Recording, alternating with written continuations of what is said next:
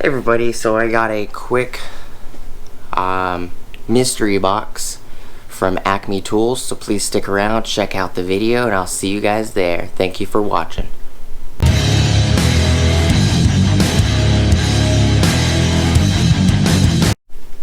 Alright everybody, so this is the mystery box that I got in. It is from Acme Tools. It's pretty tiny.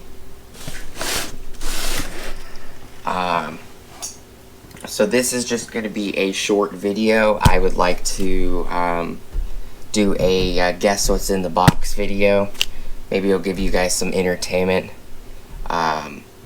Maybe you'll play along. Maybe you guys will have fun with it. There's 2 items in this box. Hopefully. There should be 2 items in this box. They're about half the width of the box each. Let me know down below what you think you guys' guesses are. I appreciate you guys watching.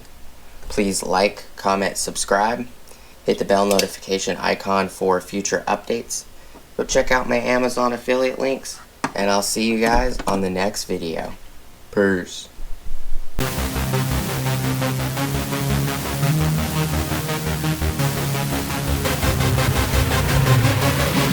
Yeah.